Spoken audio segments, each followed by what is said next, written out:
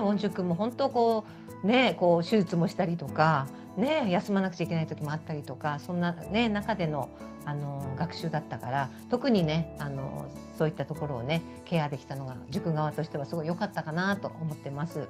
うん。はい。じゃあこの塾はどんな学生に向いてると思いますか？ 학원의 일단 가장 좋은 상황은 제가 볼 때는 대형 학원의 경우에는 보통 전형적으로 이제 커리큘럼이 정해져 있고 그 커리큘럼에 맞춰서 모든 과목을 이제 시간별로 딱 나눠서 듣는 경향이 있더라고요.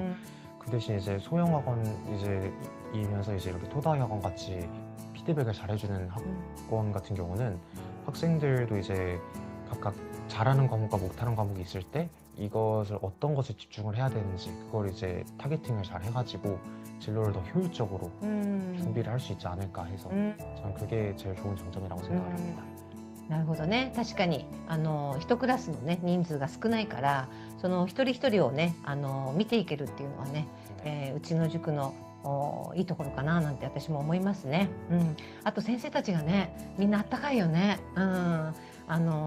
この日本留学に関してもね、専門的にもうベテランの先生いっぱいいるんですけれども、特にこの人格も、すごくあったかくて素晴らしい先生が多いなと思っていて、そこが私も気に入ってるところですね。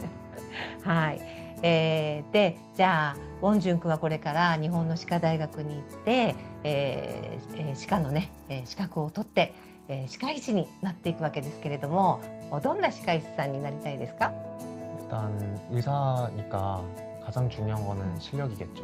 일단 실력 있는 의사가 되는 것이 1차적 목표고 두 번째는 환자와 이제 소통을 많이 해서 환자가 치료를 받는 과정 도중에 부담 없이 그리고 편안한 분위기에서 치료를 받을 수 있는 그런 치과를 운영하고 싶습니다. なるほど。日本に行くから日本語もできるし、韓国語もできるし、英語もできるし。아, 네. ね、うん。 나중에 가능하면 이제 언어의 장벽을 이제 넘어서 많은 사람들, 이제 일본인이든 한국인이든 이제 외국 영어를 잘하는 모두 치료를 저한테 받을 수 있도록 정말 언어 공부도 더 열심히 할 것 같습니다. はい、国際的な歯科医師さんですね。はい、じゃあこれからもね、いろんなことに挑戦して、素敵な人生を作っていってください。はい、今日はどうもありがとうございまし 잘해주셨습니다. た。